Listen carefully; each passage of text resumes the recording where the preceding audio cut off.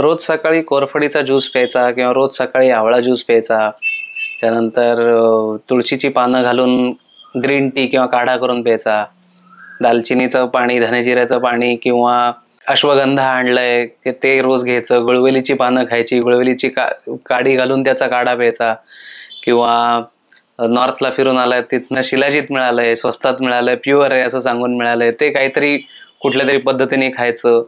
हे म्हणजे आयुर्वेद आहे का हो? तर नाही, हे आयुर्वेदाचा एक छोटा भाग आहे, पण हे तुम्हाला मिळालेलं व्हॉट्सअप मधलं ज्ञान आहे. हे जे ज्ञान आहे ना, हे परिपूर्ण आयुर्वेद नाहीये किंवा हर्बल म्हणजे आयुर्वेद असंही नाहीये. ही कुठलीही गोष्ट रोज करणं असं आयुर्वेद अजिबातच सांगत नाही. ज्या त्या सीझननुसार ज्या त्या व्यक्तींनी ज्या त्या वयामध्ये ज्या त्या गोष्टी कराव्यात, हे साधं सोपं धोरण आहे. उगीच माझ्याकडे तलवार आहे म्हणून ती बाहेर काढून फिरत बसायचं हे नाहीये. ती जेव्हा पाहिजे तेव्हाच ती बाहेर काढायची, योग्य तो व्याधी असेल त्या व्याधीबरोबर लढायचं आणि ती परत तलवार आत ठेवायची. एखादं औषध माहिती आहे, जसं की सूतशेखर ऍसिडिटीवरती काम करतं, म्हणून मला पित्ताचा त्रास होऊच नाहीये म्हणून रोज सूतशेखर खाणारे लोक मी पाहिलेत. हे पूर्णपणे चुकीचं आहे. अशा पद्धतीने तुम्ही जेव्हा कुठलंही औषध किंवा आहार किंवा काहीही वनस्पती म्हणा, काहीही जेव्हा त्याचं सेवन करता, त्याचा शेवटी साईड इफेक्ट होणारच आहेत. काही ना काहीतरी दूरगामी परिणाम होणारच आहेत. मला उगीच पालेभाजी, पालकाची भाजी आवडते, माठाची भाजी आवडते म्हणून मी रोज पालक खात बसलो तर तो सारक आहे, शेवटी तुम्हाला जुलाबच होणार आहेत रोज. लसूण आवडते म्हणून सगळ्यात लसूण घालून खात बसला तर ऍसिडिटी होणार आहे. लसूण औषधी हार्टसाठी चांगली म्हणून किती खावी त्याला माप आहे, प्रमाण आहे. कशा पद्धतीने खावी त्याला प्रमाण आहे. बेसिकली आयुर्वेदाला साईड इफेक्ट नाही असं बरेच लोक विचारतात, किंवा परस्पर व्हॉट्सअपवरती आलेली औषधं किंवा काहीतरी घरेलू नुक्से उपाय असं वाचून असं बघून परस्पर सुरू करतात आणि त्याला काहीही मर्यादा ठेवत नाहीत. एखाद्या आजारावरती इतकं जेनेरिकली किंवा अशा सहजरित्या काही काही ठिकाणी जाहिराती वाचण्यात येतात की 3 दिवसात हे औषधं घ्या, गोखरू घ्या, मूतखडा पडून जाईल, किंवा पनीर फूल खा, शुगर डायबिटीस गायब होईल. अहो असं शक्य नाहीये. आणि परत ह्याला आयुर्वेदाचं नाव देणे हे त्याहून चुकीचं आहे.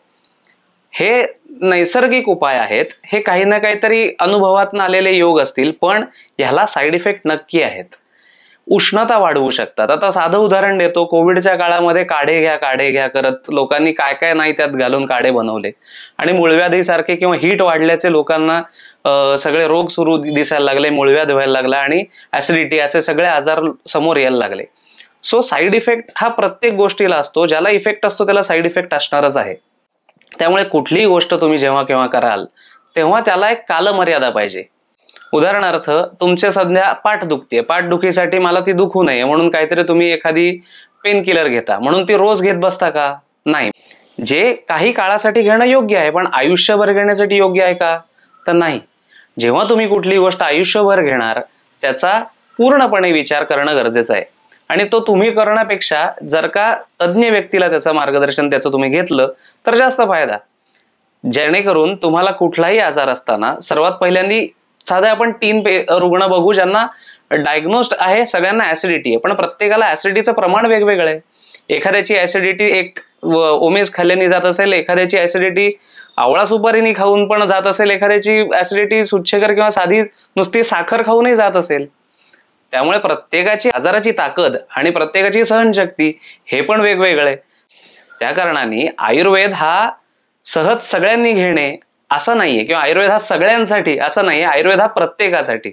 याचा अर्थ काय की प्रत्येक माणसाला आपल्याला तपासायला लागतं. त्याची प्रकृती काय, त्याचं वय काय, त्याच्या शरीराची ताकद काय, त्याची रोगक्षमता काय, त्यानंतर त्याच्या धातूंची सध्याची स्थिती काय, त्याच्या शरीरातला दोष सध्या कुठला वाढलाय, कुठला कमी आहे, त्यानंतर तो कुठल्या एरियामध्ये किंवा कुठल्या प्रकारच्या देशामध्ये राहतो, जिथे खूप ड्राय असतं का जिथे खूप दमट असतं, त्यानुसार पण सगळं बदलतं. हे सगळं झाल्यानंतर सुद्धा आता ह्याच्या पुढचा भाग आहे तो औषध निर्माण. त्यात सुद्धा स्टँडर्डायझेशन आता आयुर्वेदात चांगल्या कंपन्यांचं आलेलं आहे. त्या स्टँडर्डाइज औषधं जेव्हा तुम्ही घेतली जातात किंवा ज्यामध्ये भस्म वापरली जातात त्याचं सुद्धा योग्य प्रमाणामध्ये, योग्य मिनिमल डोसमध्ये त्याचा वापर केला गेला पाहिजे. सरसकट गुण येतोय म्हणून मध्यंतरी तर अक्षरशः इतकं म्हणजे सुवर्ण भस्म, रजत भस्म, हिरक भस्म सगळं घातलेलं एक कुठल्या तरी नॅचरोपॅथी डॉक्टरचं प्रिस्क्रिप्शन डोळ्यासमोर आलं. 50 का 60 हजार रुपये बिल झालं होतं एका पेशंटचं, काहीतरी एका महिन्याच्या औषधाचं. ती एवढी जर का भस्म तुमच्या पोटात गेली तर त्याचा साईड इफेक्ट होणारच आहे. आणि साईड इफेक्ट झाला की मग नावं ठेवली जाणार आयुर्वेदाला. मग मोठमोठ्या केसेस रंगतात. आपण त्यात काय आता फंदात त्यांच्या भांडणात पडायला नको. पण टेकअवे एवढं नक्की घ्या की आयुर्वेदाचा जर का तुम्ही विचार करताय तेव्हा तुमच्या माहितीतल्या कुठल्याही वैद्याच्या योग्य सल्ल्याने कुठलाही तुम्ही जो उपाय घरगुती जरी करत असाल तरी तो त्याला सांगून विचारून करा. कुठल्या कालावधीसाठी करायचा आहे, की कुठल्या ऋतूमध्ये करायचा आहे, किती दिवस करायचा आहे, किंवा तो आधी तुम्हाला चालणार आहे की नाही हाही भाग बघायला पाहिजे.